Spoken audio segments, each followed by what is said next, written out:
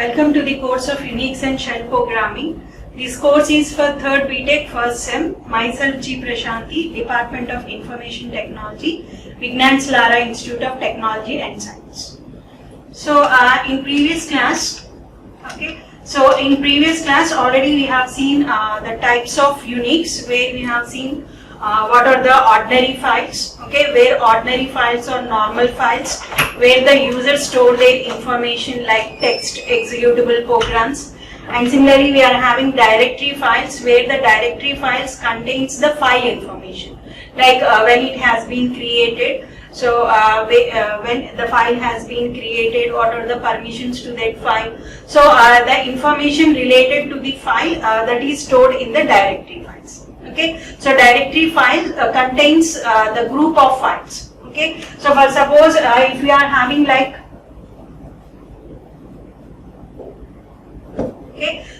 like we are having your root directory. So below root directory we will be having a home directory. So by default the system will be placing the users in the home directory. So here in the home directory the users can create their own files. So if they want, they can create their own files. If they want, they can create the subdirectories like Unix. So in that again subdirectory OS, or again if they want like files F2, F3. So in that way, within a directory, within a directory can have files and subdirectories. So directory files contains files, and it also contains directories. So the files can be ordinary files, as we have said. It can be files, can be ordinary files, or the files can be device files. So that is the directory files, where the directory files contains files as well as directories. And these directory files are organized in a hierarchical tree structure. So and similarly, third we have seen is the device files. So where device files, or we can say special files. So device files, where device files they represents a real physical devices. So whatever the hardware components that are connected to a computer, those components are also considered as files in Unix. For example, if a printer is connected to the system, that printer is also considered as a file. So here whatever the keyboard that you are having, the keyboard that is connected to the system, that is also considered as a file. So that file is said to be the standard input file. Here whatever the keyboard that you are having, so that keyboard is considered as a standard input file, from where the command will be taking the input. And similarly we are having the standard output file. So the monitor that we are having, the monitor is considered as the standard output file, where the output of the command will be displayed on the monitor. By default, the output of the command will be displayed on the monitor. That is nothing but the standard output file. So here in Unix, your keyboard and monitor are also considered as a files, where your keyboard is considered as a standard input file, represented as standard in, and similarly the monitor is considered as the standard output file. So that by default the output of the commands will be displayed on the monitor. And similarly, we have seen some special files like block files. So where block files provide buffered access. So it provides buffered access to the hardware components. Hardware components like if you are having like CD-ROMs, or all disks like hard disks. So where that hard disk will be storing blocks of data. So to those hard disks, those CD-ROMs are considered as the block files. So here one important aspect of these block files is that they transfer a large block of data and information at a given time. And similarly, we have seen about the character files also, where the character files are unbuffered serial access. So like your serial printer, if you are having a serial printer, that serial printer takes one character at a time and prints that on the paper.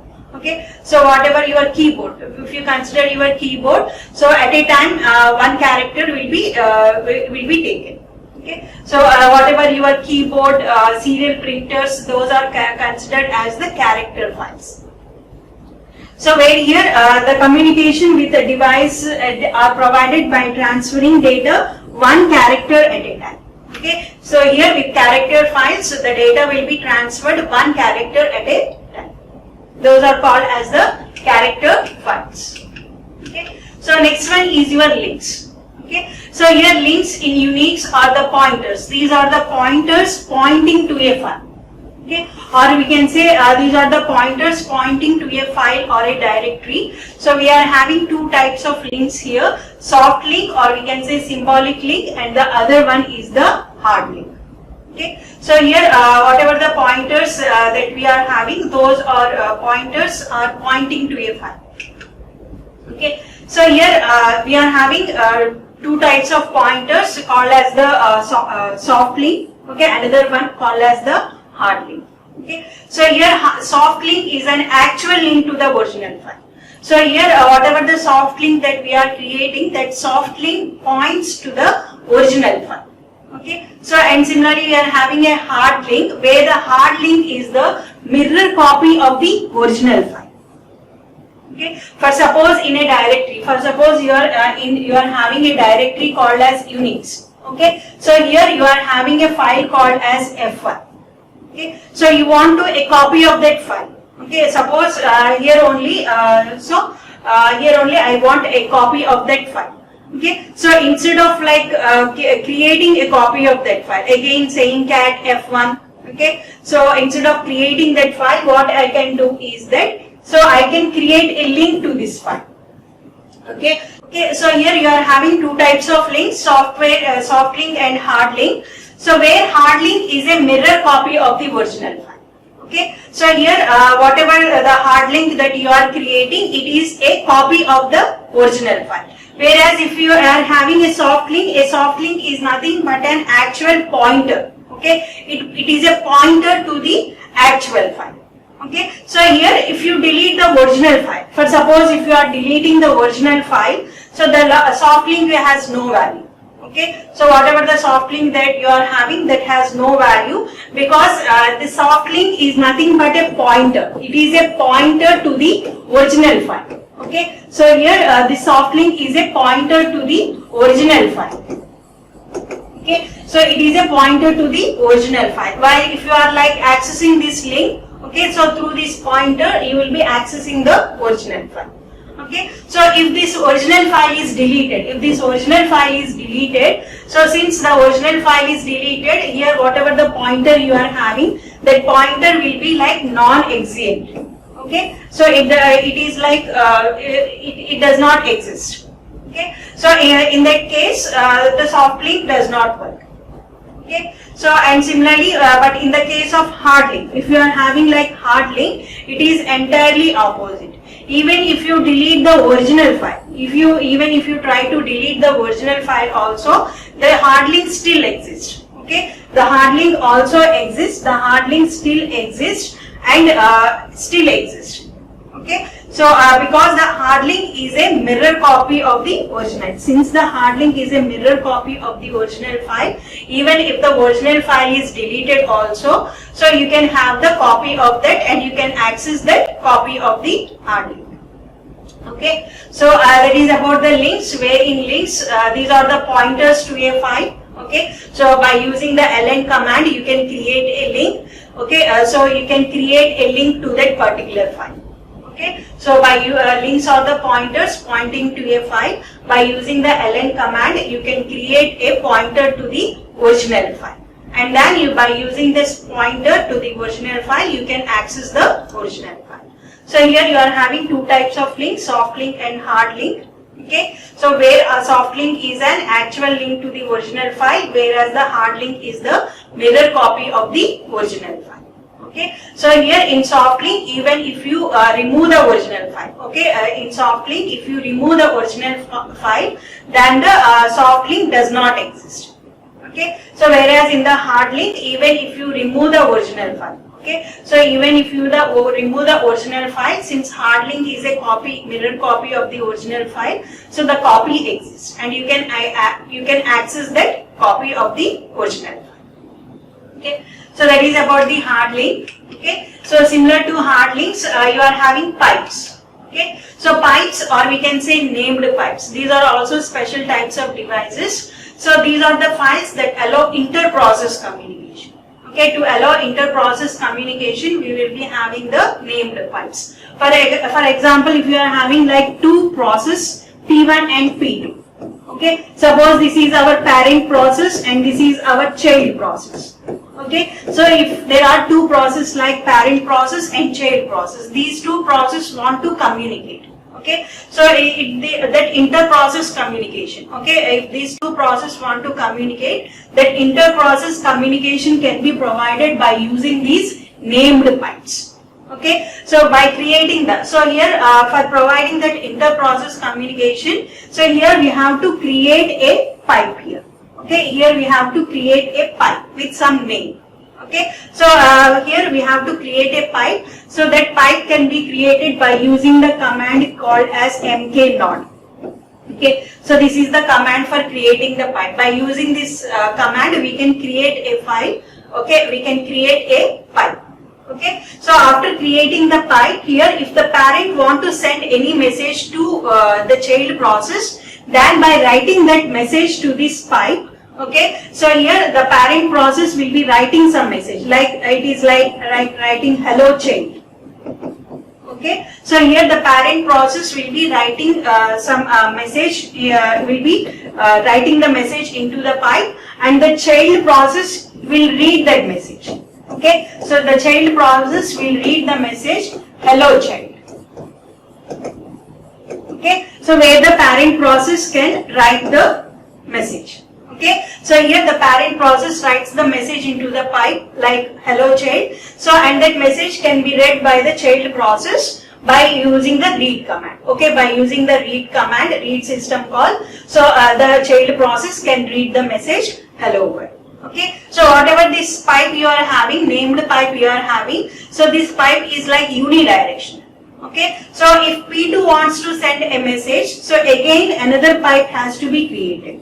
Okay, another pipe has to be created by using the mknode system call, and here now the child will be like writing the message like hello parent. Okay, hello parent, by using the write system call. Okay, by using like write system call, the child will be writing the hello parent message into this pipe, and here the parent process reads that message. Okay, the parent process reads that message hello parent. Okay, so in that way, so the process can do inter-process communication. Okay, so where the parent and child are communicating a message, they are doing inter-process communication where they are sending and receiving the message. Okay, so where for sending and receiving the message, or we can say for inter-process communication, first they have to create a pipe where the parent process will be writing some message into the pipe and the child process will be reading. Okay, similarly if the child process want to communicate a message to parent process, so again another pipe has to be created and it will be writing and the parent process will be reading. Okay, so in that way whatever the named pipes that you are having, it provides like inter-process communication by connecting the output of one process to the input of the other. Okay, that means the output means that writing. So here the parent is writing some message and the child is reading the message. And similarly here the child is writing some message and the parent is reading the message. Okay, so in that way, so outputting and reading, that is writing and reading. Okay, so in that way, whatever the pipes or named pipes that you are having, so those are used for inter-process communication. Okay, so and next one you are having is the socket files. Okay, so these are the files that provides a means of inter-process communication. So here socket files are also used for providing inter-process communication, but here they can transfer data and information between processes that are running on the different environments. Okay, so different environments. Different environments like you are having client and server. Okay, so client is in one environment and server is in another environment. So in that case, we can use like socket files. Okay, so where the client and server has to first establish the connection.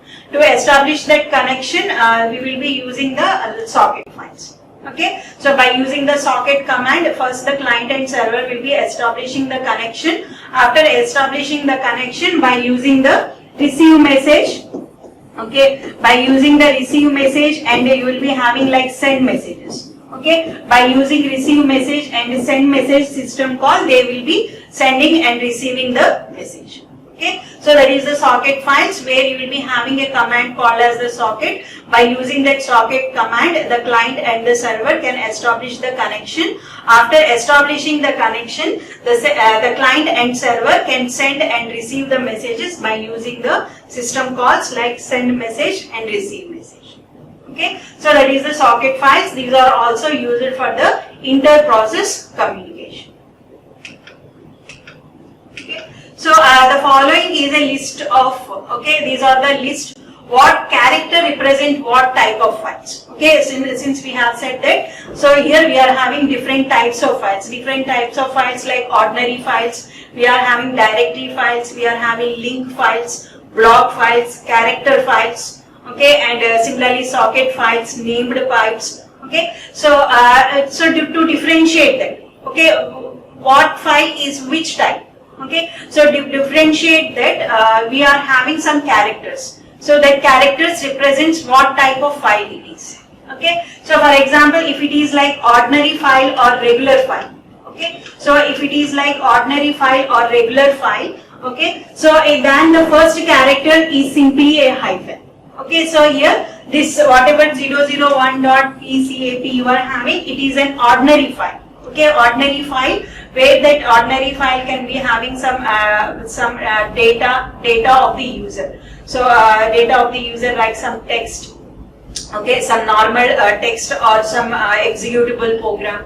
Okay, so it is, if you are having the first character as a hyphen, that means that it is an ordinary file. Okay, so if you are having the first character as D, okay, if you are having first character as a D, that means that it is a directory file. Okay, so here whatever the bin boot you are having, that means that those are directories. Okay, how you are knowing that bin and boot are directories? Since here the first character is D, that means that bin and boot are said to be the directories. Okay, so similarly character special file. Okay, so already we have said these character files are the special files. Okay, so these files are represented with the first character as C. Okay, if you are having the first character as C, that means that those files are the character files. Okay, so these two files are nothing but the character files, since the first character represents that this is a C. Similarly, block special file. So by having the first character B, okay, if you are having the first character B, that means that those files are the block files. Okay, so the block files are represented by the character B. Okay, so similarly symbolic link, so whatever these are your symbolic link. Already we have said that symbolic links are the pointers. Okay, those are the pointers to the original file. So here SRO is the original file. Okay, and this CD-ROM is a symbolic link, and this is a pointer to that original file. Okay, so here that is represented by using the first character as L. Okay, by having the first character as L, that represents that it is a symbolic link. Similarly, named pipe. Okay, so named pipes. So I have said for inter-process communication between parent and child process. Okay, for inter-process communication between parent and child process, we can have the pipes. Okay, so for creating that pipe, we are having the system called as MK node. Okay, MK and OD. By using that system call, we can create the pipes. Okay, so those pipe files are represented with the first character as P. Okay, and similarly the sockets. So whatever the sockets that are generated, so the socket files are represented by S. Okay, the socket files are represented with the first character as S. Okay, so these are the different types of files that we are having in Unix. And similarly different characters that represents what is the type of the file. Okay, so that is about the different types of files that we are having in the Unix: ordinary files, directory files, and device files. So next, coming to the Unix file system. Okay, so a Unix file system is a logical method of organizing and storing large amount of information. Already we have said that one feature of Unix is that it provides an excellent feature for organizing the data. Okay, so that it is easy for the users to access the files. Okay, it is easy for the users to manage the files. Okay, so here for easy managing of that files, so as the users can easily manage the files. Okay, so as that the users can easily manage the files, so the Unix structure is in the form of hierarchical tree. Okay, the top you are having the root. Okay, so at the top you will be having a root. Okay, so / it represents the root. So below that root you will be having the directories. Okay, so where the first directory here is the bin directory. Okay, so the first directory here, okay, is the bin directory, where in the bin directory we will be storing the utilities. Okay, utilities of the shell, like your commands, like you are having echo command, ls command. Okay, so date command, calendar command, what are the commands that you are having in shell? Those commands are stored in the directory called as the bin directory. Okay, and similarly you are having another directory called as dev. Okay, so dev. So this directory stores the device files. Already we have said we are having like block files, you are having character files, socket files. Okay, all those files that represents the hardware components. Okay, so those are stored in the directory called as the dev. Okay, so and the next here is the another directory is the etc directory. Okay, so where etc directory stores the configuration files. Okay, so this directory contains the configuration files. Or we can say, so networking related files we are having. So when the users log in, okay, when the users logs in, so their passwords will be verified. Okay, so those passwords, each user's related passwords, each user's related data, all that will be stored in the directory called as etc. Okay, so the directory etc contains the configuration files. Okay, and similarly the another directory you are having is the home directory. Already I have said when the users logs in, by default he will be placed in the home directory. So here you can see we are having like different users like Thomas. Okay, whoever the users that are logging in, so those users will be placed in this home directory. Okay, so home directory, it is the users login directory. When the users log in, he will be placed in this home directory, and in that home directory the users can create their own files and they can create their own subdirectories and they can store their information. Okay, so another we are having is the lib. Okay, so another directory is the lib. So where this lib directory stores all the library files. Okay, so whatever the library files that are required for the kernel modules, whatever the libraries that are required for the running of the device drivers. Okay, all those libraries, library related files are stored in the directory called as the lib. Okay, and similarly, next we are having another directory mnt. Okay, so this mnt means mount directory.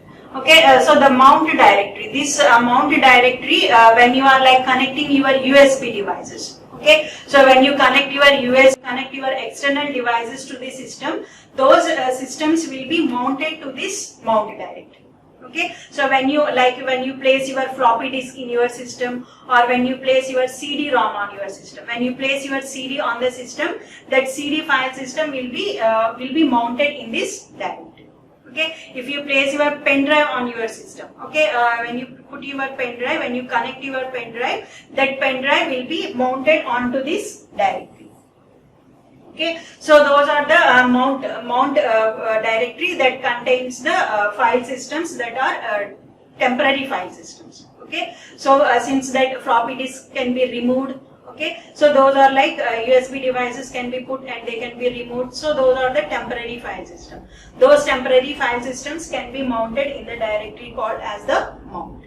Okay, so similarly you are having another directory called PROC. Okay, this is like PROC is the process directory. PROC, where this PROC it contains some process. Okay, there will be some process. Those process will be given like files. Okay, those process are considered like files. Okay, so those process will be given some ID numbers. So the information about those processes are stored in the directory called as the PROC. Okay, so PROC directory contains information of all the processes. Okay, information about the process that are dynamic to the system. Okay, so those will be stored in the PROC. And similarly, you are having another directory called as the root directory. So this directory is for the root in the sense that super administrator, okay, or you can say super user. Okay, whoever the super user, who are the administrator we are having, so that administrator related files are stored in the directory called as the root directory. Okay, so root directory contains root directory contains all the files directories that are related to the super administrator. Similarly, you are having another directory called sbin. Okay, so where sbin, it also contains the utilities that are related to the super administrator. Okay, so you will be having some utilities like fdisk, where it is like disk partitioning. Okay, so that disk partitioning has to be done by the super administrator. So like shutting down, rebooting, so that rebooting all has to be done by the super administrator. Okay, so all those commands that are related to the super administrator will be stored in the directory called as sbin directory. Okay, so another directory we are having is the temp directory, where temporary files will be stored. Okay, so whatever the files that are stored in this temp directory, those files will be lost if the system reboots. Okay, so if the system is like rebooted, then the files that are stored in the temp directory, they will be like deleted. They will be removed. Okay, so this temp directory stores the temporary files. Okay, and last one you are having the user directory, USR directory. Okay, so this is the last directory called as the USR directory. So this directory is said to be the miscellaneous directory. Miscellaneous directory in the sense that it can have the library files, it can have temporary files. Okay, it can have some utilities. Okay, so USR directory, it is said to be the miscellaneous directory. Okay, so these are the some of the Unix these are the some of the directories, okay, that are connected to your root system. Okay, this is about the Unix file system. Thank you.